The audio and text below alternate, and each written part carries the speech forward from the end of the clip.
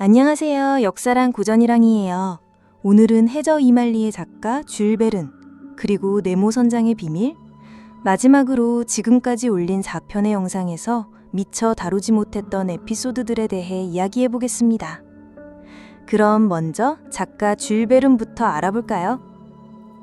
줄 베른은 프랑스 사람이에요. 벌써 오래전에 세상을 떠났지만 그의 책은 지금도 전 세계에서 사랑받고 있답니다. 특히 1979년 이후에는 세계에서 두 번째로 많이 번역된 작가가 되었어요. 1위는 추리소설의 여왕 아가사 크리스티, 3위는 셰익스피어랍니다. 2010년대에는 세계에서 가장 많이 번역된 프랑스 작가로 기록되기도 했고, 프랑스는 그의 서거 100주년인 2005년을 아예 줄 베른의 해로 정해서 기념하기도 했어요. 줄 베른은 1828년 프랑스의 항구 도시 낭트에서 태어났습니다. 아버지는 변호사였고 어머니는 항해자 집안 출신이었어요. 6살 때 다니던 기숙학교 선생님은 실종된 해군 대위의 아내였어요. 그녀는 아이들에게 남편이 무인도에서 로빈슨 크루소처럼 돌아올 것이라는 이야기를 자주 들려주었지요. 어린 베른은 이런 얘기를 들으며 자랐어요. 20세에 파리로 간 베른은 격동의 시대를 직접 겪습니다. 1848년 프랑스에서 혁명이 일어나 왕정이 무너지고 공화국이 세워졌어요. 이런 격변 속에서 베른은 문학을 향한 열정을 더 키워갔습니다.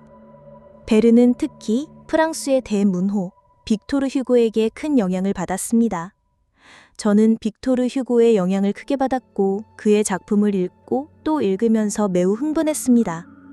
당시에는 노트르당 대 파리의 모든 페이지를 암송할 수 있었지만 저에게 가장 큰 영향을 준 것은 그의 극작이었습니다. 라고 고백했어요.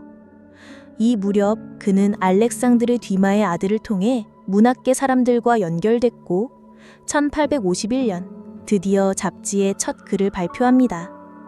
이어서 단편소설 K행 열기구 여행도 세상에 나왔지요. 1862년 운명 같은 만남이 찾아옵니다. 바로 유명한 출판인 피에르 줄 헤첼이었어요. 헤첼은 베른의 글을 보고 단숨에 가능성을 알아봤습니다. 기고 타고 5주일은 큰 성공을 거뒀고 두 사람은 장기 계약을 맺었어요. 이때부터 베른은 매년 작품을 꾸준히 내놓았고 바로 그 유명한 특별한 항해 시리즈가 시작됩니다. 그 안에 해저 이말리도 포함되어 있었죠. 그런데 해저 이말리를 쓰던 1869년 베른과 헤첼은 큰 갈등을 겪습니다. 베른은 네모 선장을 러시아에게 가죽을 잃을 폴란드 과학자로 설정했지만 헤첼은 러시아 시장을 잃고 싶지 않았어요. 그래서 결국 네모 선장의 정체를 모호하게 남겨두게 된 거예요. 덕분에 네모 선장은 오늘날까지도 신비로운 인물로 남게 되었지요. 사람들은 그의 작품을 흔히 과학소설로 분류했고 또한 미래를 예언한 작가라고 부르기도 했어요. 하지만 생전에 그는 그 모두를 부인했죠. 베른은 인터뷰에서 자신의 소설이 과학소설로 읽히도록 의도된 것이 아니라고 거듭 주장했죠. 나는 아무것도 만들어낸 적이 없습니다. 내 목표는 지구를 묘사하는 동시에 아름다운 문체를 실현하는 것이었습니다. 나는 열기구 이야기를 쓴 것이 아닙니다. 나는 아프리카를 낭만적으로 묘사하고 싶었습니다. 당시 아프리카를 여행할 수 있는 수단은 열기구뿐이었기에 열기구를 등장시켰을 뿐입니다. 미래를 예언한 작가라고 불리는 것에 대해서도 이렇게 말했어요. 내가 과학의 발전을 예측한 것은 단순한 우연일 뿐입니다. 제가 이야기를 쓰기 시작하기 훨씬 전부터 저는 접하는 모든 책, 신문, 잡지, 과학 보고서에서 수많은 메모를 항상 해두었습니다. 그의 이야기를 종합해보면 줄 베른은 지구와 우주를 독자들에게 아름다운 문체로 보여주고 싶어 했던 것 같아요. 그는 어린 시절부터 지리와 역사, 여행에 큰 관심을 가졌고 자신이 알게 된 지구와 우주의 비밀을 아름다운 문장으로 표현하는 것을 삶의 목표로 삼았습니다. 이런 작품을 쓰기 위해 베른은 평생 새로운 기술이나 문물에 관심을 기울이고 정보를 모으고 고증하는 데 심혈을 기울였어요. 지리학 연구소 회원으로 연구에 몰두했고 자신이 마련한 배 생미셸 호를 타고 직접 항해하기도 했습니다. 그리고 열기구처럼 지구의 아름다움을 낭만적으로 보여주기 위한 운송수단이 필요했는데 그때 평소 수집해둔 과학기술 지식을 활용해 새로운 상상을 덧붙인 거예요. 그래서 조금 더 발전된 열기구, 잠수함, 로켓 같은 것을 상상해낼 수 있었던 것이죠. 예를 들어 노틸러스호가 남극점에 도달하기 위해 얼음을 부수는 장면은 오늘날의 세빙선을 떠올리게 합니다. 그런데 베른이 해저 이말리를 쓰던 시기에는 아직 쇠빙선이 발명되기 전이었답니다. 또 1968년 인류 최초로 달 궤도에 간 아폴로 8호 선장 프랭크 보머는 이렇게 말했어요. 우리 우주선은 지구에서 달까지와 달나라 탐험에 나온 우주선처럼 플로리다에서 발사되어 소설에 나온 도착 지점에서 겨우 8km 떨어진 곳에 착륙했다. 베른의 소설인 지구에서 달까지와 달나라 탐험 속에는 지금 우리가 아는 우주선과 놀랍게도 닮은 로켓이 등장합니다. 해저 이말리가 태어난 계기는 작가 조르주 상드의 편지 덕분이었죠. 기구 타고 5주일 땅속 여행을 읽고 감동받은 조르주 상드는 베른에게 잠수함 같은 배를 타고 바닷속을 여행하는 이야기를 써달라고 부탁했어요. 바다의 신비를 소개하는 여행을 위해 줄 베른은 잠수함을 고안했죠. 결국 탄생한 노틸러스호는 단순한 발명품이 아니라 독자들에게 해저의 신비를 보여주기 위한 장치였던 겁니다. 노틸러스호가 없었다면 아틀란티스, 비고만의 금고, 남극 탐험 같은 장면은 결코 가능하지 않았을 거예요. 오늘날 그는 단순한 모험 작가가 아니라 문학성과 대중성을 동시에 가진 위대한 작가로 다시 평가되고 있습니다. 미국의 유명 작가 레이 브래드버리는 이렇게 말했어요. 우리는 모두 줄 베른의 아이들이다. 그만큼 많은 작가들이 그의 영향을 받았다는 뜻이죠.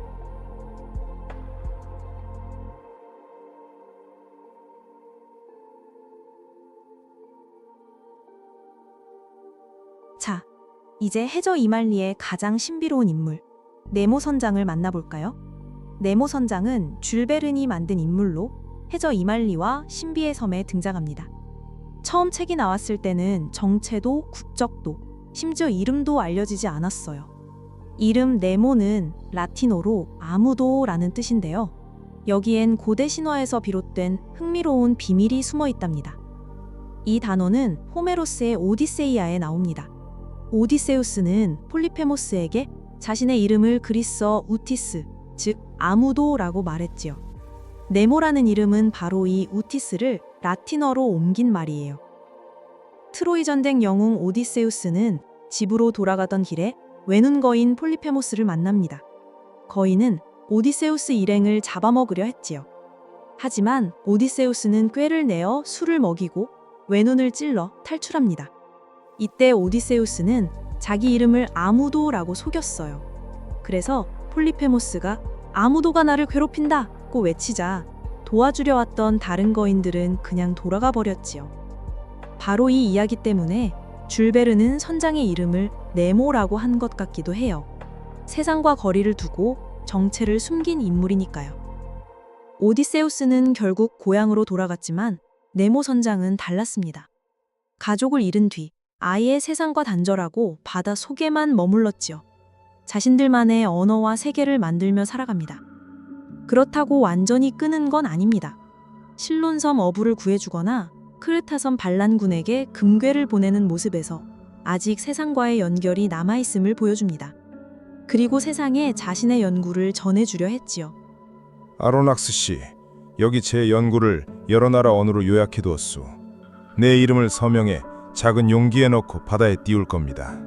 누군가 언젠가 발견하겠죠. 줄 베른은 처음에 네모 선장을 폴란드 귀족으로 설정하려 했습니다.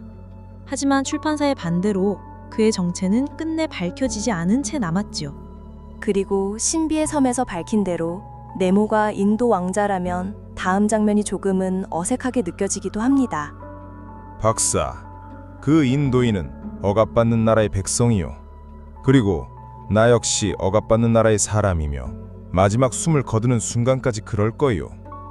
인도 출신이라면 분명 자기 나라 사람이라고 했을 텐데 네모 선장은 마치 다른 나라 사람처럼 말하고 있죠.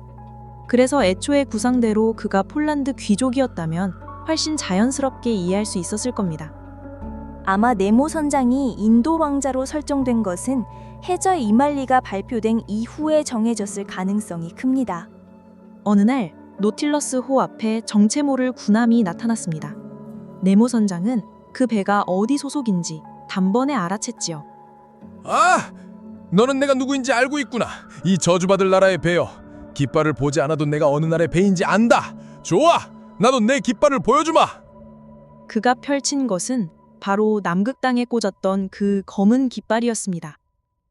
선장님, 저건 도대체 어떤 배입니까? 당신은 모르는군. 좋아. 철학이 잘 됐소. 당신을 위해 국적은 비밀로 하겠소. 어서 내려가시오. 네모 선장은 결국 그 군함을 침몰시켰습니다. 그리고 곧바로 자신의 방으로 들어가 젊은 여인과 두 아이의 초상화 앞에서 오열했지요. 줄베른이 원래 구상했던 대로 네모가 폴란드 장교였다면 이 장면은 러시아 군함에 대한 복수로 이해할 수 있었을 겁니다. 네모 선장은 바다를 어떻게 생각했는지 그의 말을 들어보면 분명해집니다. 바다는 가장 고요한 곳이요. 폭군들의 땅이 아니지. 수면 위에서는 여전히 폭군들이 불공평한 권리를 주장하고 그 때문에 싸우고 욕심내고 끔찍한 일들을 벌이지. 하지만 탄 10m만 내려와 보시오. 그들의 권력은 힘을 잃고 영향력은 사라지며 지배력은 흔적도 없이 녹아 없어질 것이오. 아, 박사, 바닷속에서 살아보시오. 오직 이곳에서만 진정한 독립이 존재합니다. 여기서 나는 어떤 지배자도 인정하지 않소. 나는 전적으로 자유롭소. 네모 선장은 바다를 단순한 공간이 아니라 육지의 폭력, 더 정확히 말하면 제국주의의 손길이 닿지 않는 해방구로 여겼던 것 같아요. 그래서 그와 그의 사람들은 자신들만의 언어를 만들어 쓰고 먹고 입고 생활하는 데 필요한 모든 것을 바다에서 얻어 살아갔습니다. 그는 바다를 연구하고 억압받는 이들을 돕고 때로는 제국주의와 맞서 싸웠습니다. 남극까지 도전하며 누구보다 과감하고 신비로운 길을 걸었지요. 그래서 네모 선장은 단순한 해저 탐험가가 아니라 바닷속에서 자유를 꿈꾸고 정의를 추구했던 인물로 기억됩니다.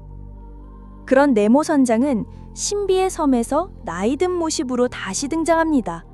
조난자를 구하며 마지막까지 바다의 사나이로 살아가지만 결국 세월 앞에서는 어쩔 수 없었습니다.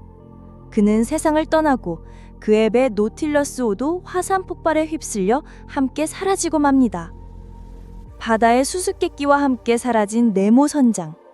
그의 이야기는 여전히 끝나지 않은 듯 우리 마음속 깊은 바다에서 계속 살아 숨쉬고 있습니다. 이 신비로운 인물의 영향은 현대에도 이어지고 있는데요. 2003년 개봉한 픽사 애니메이션 니모를 찾아서의 주인공 물고기 니모의 이름도 바로 네모 선장에서 따온 것이랍니다. 이 영화의 총괄 프로듀서는 줄 베른의 소설을 무척 좋아했고 그에 대한 오마주로 이름을 붙였던 것이죠.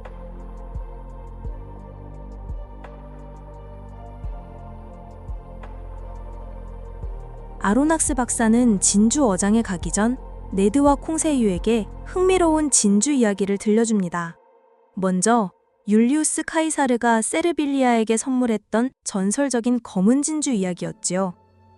그 가치는 무려 600만 세스테르티오스, 오늘날 돈으로 약 15억 달러에 해당한다고 합니다. 크고 아름다운 검은빛 진주였기에 역사상 가장 값비싼 보석 중 하나로 기록됩니다. 무엇보다도 이 진주는 인류 역사에서 처음으로 기록된 개별 진주라는 점에서 더 의미가 있습니다. 그런데 진주 전설은 여기서 끝나지 않습니다. 아로낙스는 클레오파트라가 안토니우스의 마음을 얻기 위해 식초에 진주를 녹여 마셨다는 이야기를 들려주지요. 고대 로마의 학자 플리니우스가 박물지라는 책에서 다음과 같이 전하고 있어요. 어느 날 이집트의 여왕 클레오파트라는 로마 장군 안토니우스와 내기를 했습니다. 세상에서 가장 값비싼 만찬을 타려 보이겠다. 안토니우스는 웃으며 고개를 저었습니다. 아무리 여왕이라도 그건 불가능하다고 생각했지요. 하지만 클레오파트라는 귀에서 가장 크고 아름다운 진주 귀걸이를 빼더니 그중 하나를 식초가 담긴 잔에 넣었습니다. 모두의 눈앞에서 진주는 조금씩 녹아내렸고 클레오파트라는 그것을 그대로 마셔버렸습니다. 놀라움에 말을 잃은 안토니우스 앞에서 클레오파트라는 또 다른 진주까지 꺼내 들었고 심판을 맡았던 루키우스 플랑쿠스가 황급히 외쳤습니다. 그만! 이미 여왕의 승리요. 이렇게 해서 클레오파트라는 세상에서 가장 비싼 만찬을 만들어내며 내기에서 이겼습니다. 이 이야기는 실제로 진주가 완전히 녹았느냐 아니냐의 문제가 아니라 클레오파트라가 가진 부와 권력 그리고 대담함을 보여주는 상징적인 사건으로 전해지고 있답니다. 여러분, 혹시 빨판상어라고 들어본 적 있으신가요? 해저 이만리에서 아로낙스 박사가 지중해와 카리브해 근처에서 이 빨판상어에 대한 흥미로운 이야기를 들려줍니다. 친구들, 상어의 배에 붙어서 여행하는 작은 물고기가 있다는 사실 알고 계셨나요? 그 녀석들은 심지어 배 밑바닥에 달라붙어서 항해를 멈추게 할 수도 있다고 해요. 정말요? 그렇게 작은 생물이 배를 멈추게 한다고요? 맞습니다. 실제로 옛날 악티움 해전에서 안토니우스의 배가 바로 이런 작은 생물들 때문에 움직이지 못했거든요. 그 덕분에 아우구스투스가 승리할 수 있었죠. 국가의 운명이 이렇게 작은 생물에게 좌우되다니 참 놀랍지 않나요? 자, 이제 실제 역사 속 악티움 해전을 살펴볼까요? 기원전 31년, 이오니아해 악티움 앞바다에서 클레오파트라와 안토니우스의 연합 함대가 옥타비아누스와 맞붙었습니다. 안토니우스는 이집트 여왕 클레오파트라와 손잡고 무려 500척의 함대를 이끌었고, 옥타비아누스는 명장 아그리파의 지휘 아래 400척을 준비했죠. 결정적인 전투에서 안토니우스는 포위를 뚫고 돌진하려 했지만 기동력이 뛰어난 아그리파의 함대에 막히고 말았습니다. 설상가상으로 클레오파트라가 갑자기 배를 돌려 퇴각하자 안토니우스도 뒤따를 수밖에 없었죠. 결국 승자는 옥타비아누스였습니다. 그리고 1년 뒤 알렉산드리아에서 비극적인 결말이 찾아옵니다. 안토니우스는 클레오파트라가 이미 자살했다는 거짓 소문을 듣고 자신의 몸을 칼로 찔렀습니다. 하지만 그는 곧 그녀가 아직 살아있음을 알게 되었고 마지막 힘을 다해 클레오파트라가 숨은 영묘로 옮겨달라고 부탁했죠. 결국 그는 클레오파트라의 품에 안겨 숨을 거두었습니다. 그 뒤 클레오파트라는 무화과 바구니에 숨겨진 독사에 물려 생을 마감했다고 전해집니다. 마치 로미오와 줄리엣의 죽음을 떠올리게 하죠. 다만 흥미로운 점은 두 사람의 죽음 방식이 서로 뒤바뀌어 있다는 겁니다. 로미오는 독을 마셨고 줄리엣은 칼로 스스로를 찔렀으니까요. 이들의 죽음과 함께 이집트 프톨레마이우스 왕조는 막을 내렸습니다.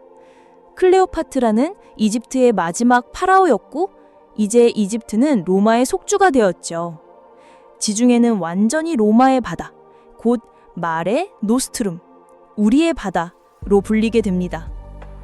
이 승리로 옥타비아누스는 로마 최초의 황제 아우구스투스로 불리게 되었고 이는 곧 로마 공화정의 끝과 제국의 시작을 알리는 역사적 전환점이 되었습니다. 카리브해 근처에서도 아로낙스의 빨판상어 이야기는 이어집니다. 승무원들은 카리브해에서 빨판상어를 이용해 바다거북을 사냥했어요. 바다거북은 등딱지가 너무 단단해서 작살로는 쉽게 잡히지 않았거든요. 그래서 노틸러스호의 선원들은 아주 특별한 방법을 썼습니다. 먼저 빨판상어 꼬리에 넉넉한 고리를 끼우고 그 고리에 긴 밧줄을 묶어 뱃전에 단단히 메어두었죠. 이제 준비가 끝나면 빨판상어를 바다에 던집니다. 그러면 빨판상어들은 곧바로 바다거북의 단단한 배딱지에 달라붙어요. 여러분, 빨판상어가 얼마나 끈질긴지 아세요? 자신의 몸이 찢기더라도 결코 바다거북을 놓지 않았답니다. 선원들이 조심스럽게 밧줄을 잡아당기죠. 바다거북이 천천히, 그러나 확실하게 빨판상어를 따라 끌려 올라왔습니다. 사실인지 확실하지는 않지만 역사 속 사건에서 빨판상어가 활약했다니 대단하네요. 빨판상어를 이용해 바다거북을 사냥했다는 이야기는 사실일 것 같기도 하네요. 1868년 4월 12일 노틸러스호는 남아메리카의 마로니강 하구 근처로 다가갔습니다. 마로니강은 프랑스령 기아나와 수리남의 국경을 이루는 강이에요. 이곳에는 아주 특별한 동물, 바로 매너티 무리가 살고 있었지요. 매너티는 듀곤과 같은 해우목 포유동물로 길이는 6에서 7m, 무게는 무려 4톤이나 되는 큰 동물입니다. 하지만 성격은 매우 온순하고 바닷속 풀을 뜯어먹으며 살아가요. 그 덕분에 강 어귀가 막히지 않고 물길이 원활하게 흘러갈 수 있습니다. 즉, 자연은 매너티에게 열대바다의 청섭을 하는 중요한 역할을 맡긴 셈이지요. 하지만 인간은 이 동물을 무분별하게 잡아 거의 사라지게 만들었습니다. 그 결과 썩은 풀이 쌓여 물이 오염되고 공기가 나빠졌으며 결국 황열병 같은 전염동이 퍼져 많은 지역이 황폐해졌습니다. 또한 유독한 수초들이 번져 피해가 라플라타 강에서 플로리다까지 확산되고 말았어요. 19세기 당시에는 지금처럼 환경보호라는 개념이 뚜렷하지 않았습니다. 하지만 줄 베르는 이미 인간이 자연을 파괴하면 결국 그 피해가 우리에게 돌아온다는 사실을 소설 속에서 미리 보여주고 있었던 것 같습니다.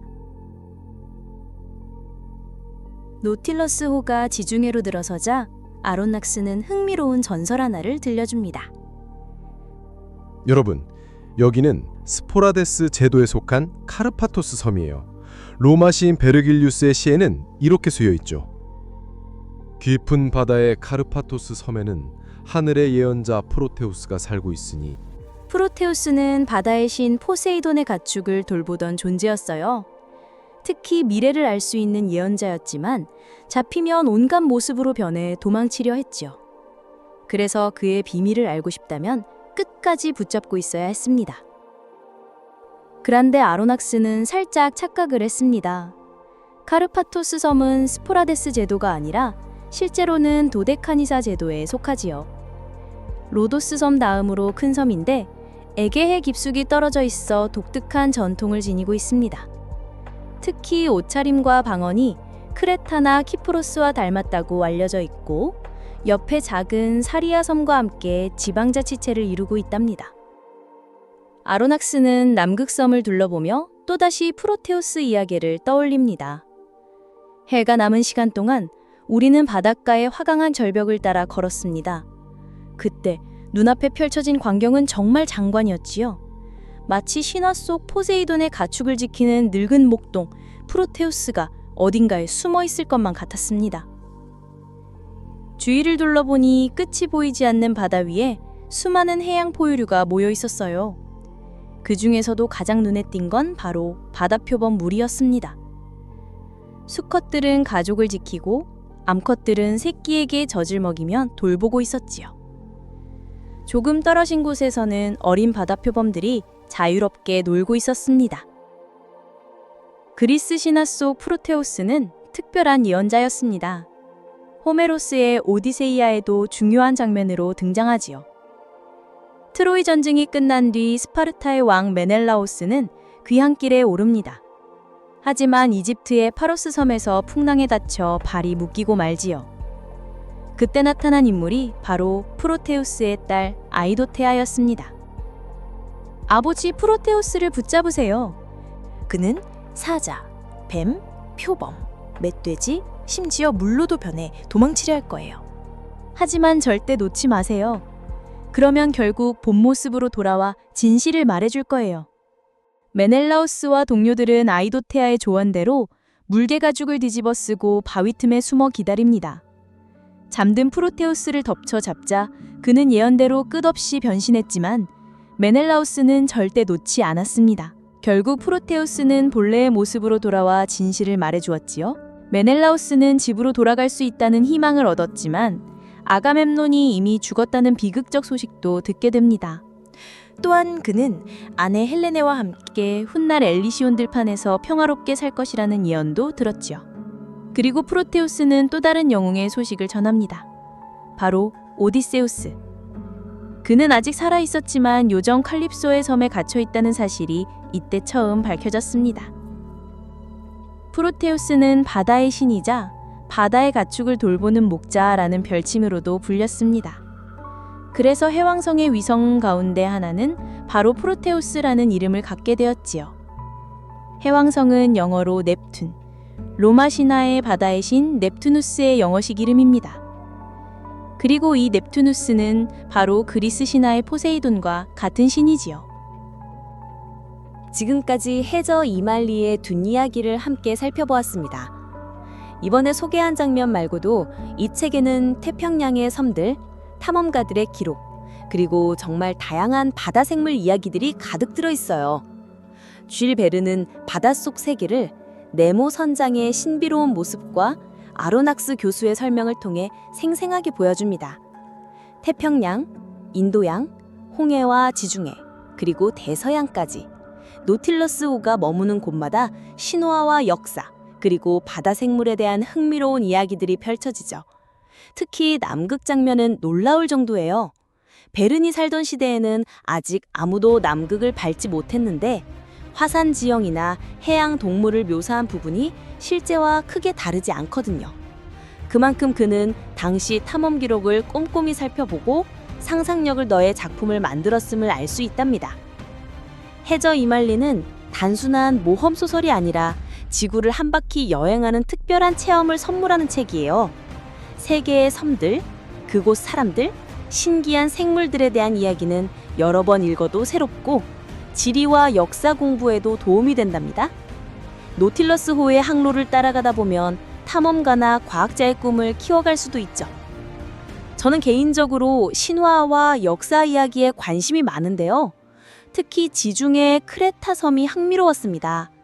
유럽 최초의 문명인 미노아 문명, 제우스의 탄생, 에우로페, 그리고 테세우스와 미궁 이야기까지 정말 흥미로운 전설이 가득하거든요. 그래서 다음 시간에는 크레타 섬의 신화와 역사 이야기를 준비했습니다.